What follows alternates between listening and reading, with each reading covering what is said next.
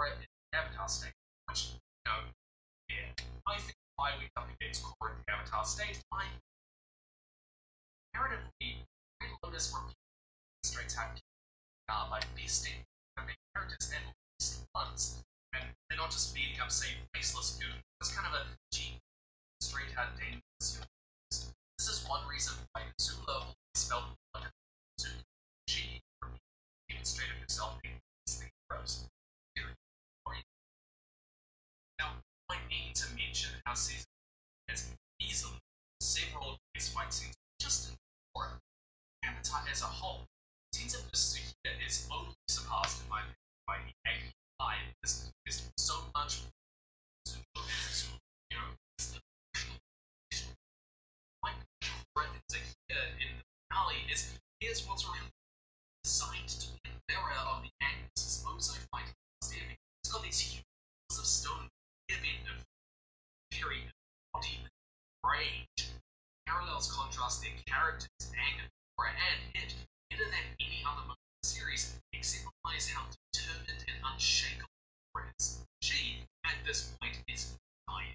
Here is Mercury flowing, some of the most powerful we've ever seen fighting. She still manages.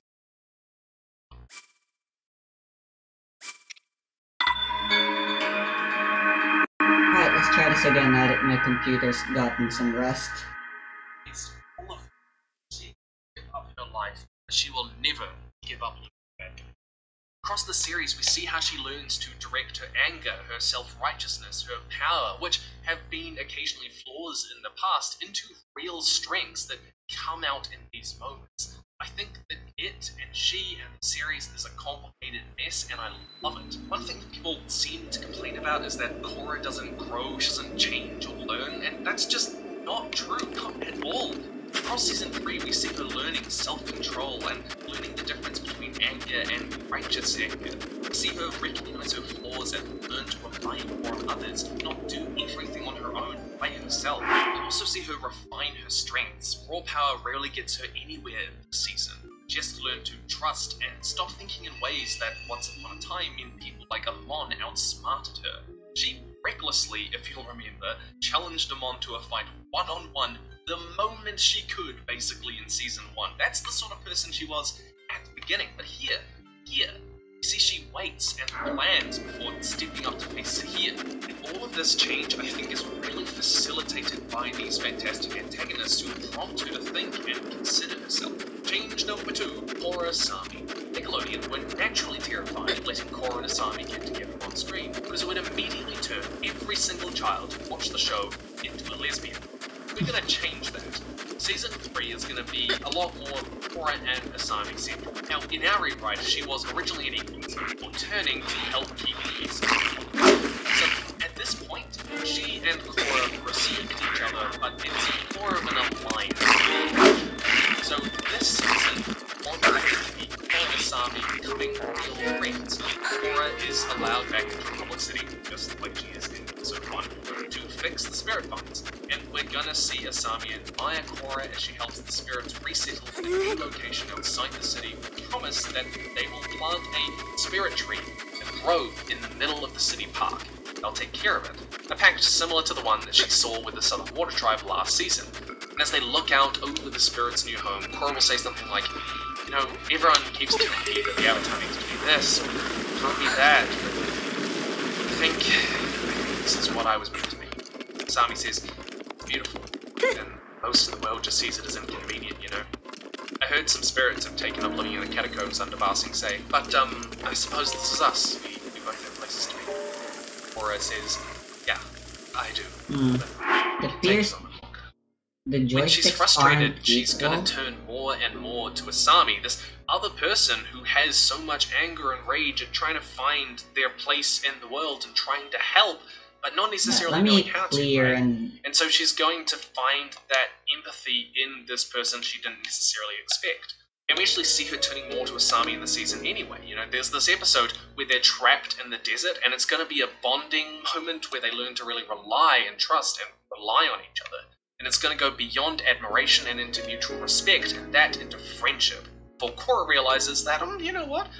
she's kinda hot too. Just a little moment here or there, with a dash of flirting. At the end of the series, when Zahir demands Korra turn herself over to the Air Nomads, everyone is gonna be like, no, Korra, you can't do that. Except Asami. And with Tenzin captured, with Mako and Bolin not really listening to her, she's gonna confide in Asami again. I don't really know what Zahir wants to do to me, but I can't keep running away just because other people are scared. I won't. Asami says, I know you have to do this for yourself, and I know how strong you are too. I fought you. Do it. You'll find a way out. So that's really the crux of this arc. We gotta show 1, mutual respect when they're dealing with spirit stuff in Republic City, 2, show they can trust and rely on each other in the desert, and 3, show Korra can be vulnerable with her fears and hopes at the end of the series. Plus a dash of flirting, as I said. They're not falling in love yet, but they are gonna come out of this trusting each other as friends. It's that story of people with very different backgrounds, both seeing issues in the world, wanting to help, but having to learn how to help. That's a very different thing. Where Asami is emotionally insecure, Korra is very sure of herself, and where Korra is very often impulsive, Asami is a lot more cautious, tending to plan ahead. We're gonna see them complement each other's strengths and negate each other's flaws, which is what we see in the villains as well. And these are going to naturally come out in the story beats that are already in the series. Change number 3. New Airbenders. So, in our rewrite, Season 3 starts in virtually the same place, practically. The Southern Spirit Portal has opened. The spirits are moving into the physical mortal world, and new Airbenders have appeared. The only difference is the reason. It's still a magical moment in its own right, but it doesn't come from the magical space kite energy from space with planets. It's because Tenzin finds this group of people, who we're going to call the Bison Nation, who have been living among Sky Bison, kind of learning their own spiritual and philosophical ways for generations. And this is actually kind of drawn from Season 2, where we find this isolated tribe of people who are super spiritual, living along Sky Bison, and we're taking that and just changing it a little bit. It's not just genetics, and I think it reflects the deeper themes of the show better. Just like in the show, Tenzin is going to try and recruit these people to join his new Air Nomads, but most of them aren't gonna want to. I mean, they have their own lives, their own traditions, their own culture that they don't just want to uproot. A new group of airbenders, inspired to go and find out who they are, will even set sail with their newfound powers to go see Ba Sing Se for themselves, believing that they can make it on their own, that they want to see the world. That's when Tenzin will get wind that Zahir has escaped, and the village elder's face will go dark at the mention of his name. Zahir was one of our greatest spiritual leaders. He kept the histories like few others, but when he took a dark path, he was exiled. If he has developed airbending, as some of ours just have, he will be extremely dangerous. So this explains Zahir's knowledge of the Air Nomads, his history, and it gives him more of a grounding in the story at hand. It's also how we're going to meet Kai. And no, I want to clarify, this doesn't mean that anyone can become a bender. So it's a common theme in fantasy for magical things like this, older magics to fade as time goes on. Later on in the season, when Korra meets Iroh, he's going to explain to her that humanity has probably lost the ability to learn like that as they distance themselves from the spirits, from nature.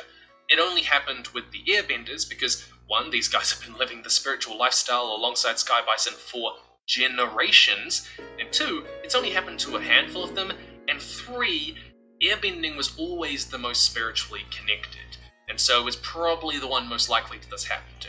Maybe it could happen elsewhere, but it would be so rare and difficult that it'd be dismissed as rumor or as someone who just already had bending, right?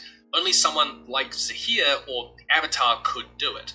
So Tenzin and Team Avatar spend time learning about this community, their ways of life, how similar they are to the Nomads, even though they branched off a long time ago, but also that they're different. They have their own culture, and they stay there on this island to keep Korra safe, to keep her secret, while they learn exactly what's going on. And weeks later, Tenzin will get word that the other airbenders who left for Ba Sing Se have vanished. Team Avatar will go to investigate, just like they do in the show, and rescue them. Change 4. Zahir's philosophy. One more small thing to change is how the show represents anarchy. In episode 9, Zahir gives Korra the spiel about how they need to overthrow tyrannical governments, We've seen how Sozin's autocracy led to the Air Nomad genocide. Then there's the Earth Queen, who has the temperament of a 50-year-old woman drunk on the power of a shift manager at a supermarket. There was Unalaq, who tried to do a colonialism, and he is right, but I don't think it quite articulates why the Red Lotus is doing what it's doing, or what anarchy really means, like philosophically. There's this line that he says, the idea of having nations and governments is foolish, the natural order is disorder. But, like, this isn't actually what anarchists believe. It's not that nations or governments are foolish or just dumb, right? But that the ones we don't consent to live under are. That the natural order isn't disorder, but it's whatever order people willingly choose to engage in. It's that idea of consent that they really care about. It feels a little bit like an infantile way of portraying anarchy, so I prefer that he says something like, people are born into this world as slaves. Slaves to queens and fire lords and presidents, even avatars who decide their place in life for them. So to think the world would be better off if leaders like them were eliminated. True freedom can only be achieved when oppressive governments are torn down. Governments people did not choose for themselves. Power should be freely given, not taken by force of an army, or bureaucracy, or tradition.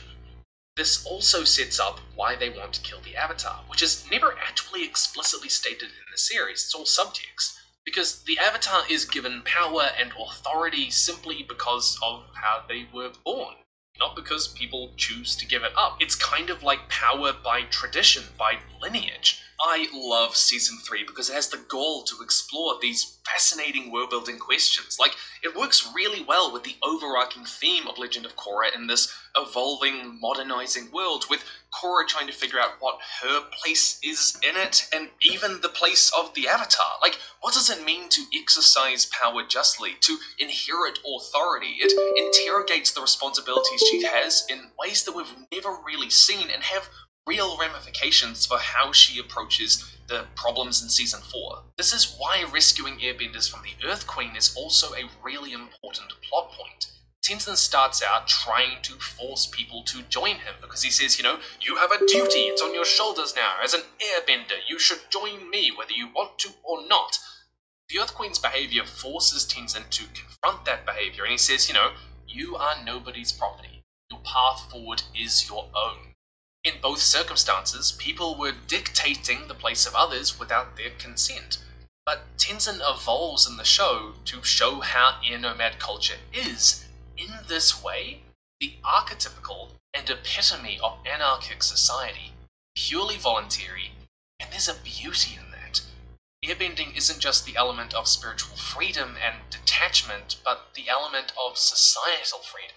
A political structure without the oppression that we see throughout the rest of the